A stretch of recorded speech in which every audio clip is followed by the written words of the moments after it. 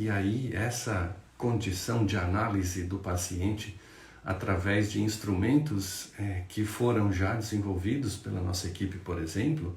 tem outros mecanismos também de abordagem, mas o que a gente já usa no nosso consultório, validado por tantas experiências clínicas até agora, tem sido um sucesso, porque nós pegamos todos os instrumentos que podem ser como um aparelho telefônico, como um aparelho de televisão, como um aparelho de um eletrodoméstico, a gente pega um instrumento e, sabendo como utilizá-lo, ele é capaz de resolver muitas das questões de abordagem clínica no paciente. O que a gente fez foi aprimorar essas metodologias avaliativas e oferecer um método que possa fazer com que você tenha uma facilitação no processo da abordagem clínica terapêutica do seu paciente,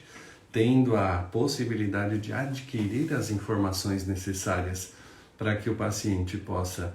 então fornecer de maneira suave, tranquila, com empatia, né? Porque não é uma obrigatoriedade para ele fazer o relato das suas condições. Ele próprio vai se autoavaliando nesse processo inicial de avaliação que a gente faz pré-consulta, e aí essa avaliação que é produzida por ele próprio é confirmada depois na abordagem direta da entrevista anamnésica.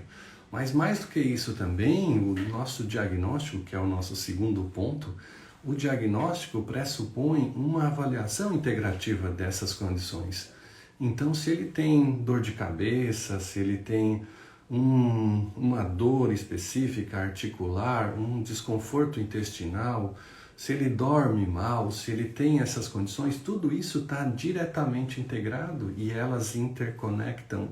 os sintomas dentro da abordagem integrativa para possibilitar aqui que na análise do paciente nós consigamos estabelecer as origens de todos esses processos, sempre que haja uma única origem, obviamente, porque a gente pode ter pacientes, como diz uma das nossas alunas, é o paciente polimedicado e polibagunçado, né? Ele tem assim a doença de base, que ele iniciou o tratamento, mas ele tem uma série de outras doenças relacionadas ao uso inadequado dos medicamentos que foram levando a essa condição em que ele se encontra como polibagunçado, né? Polisculhambado, ela chama.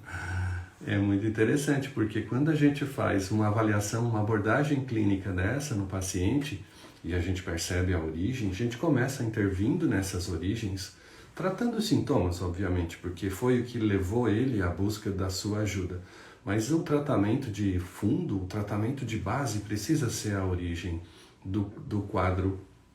deletério que está gerando aí essa condição alterada no paciente.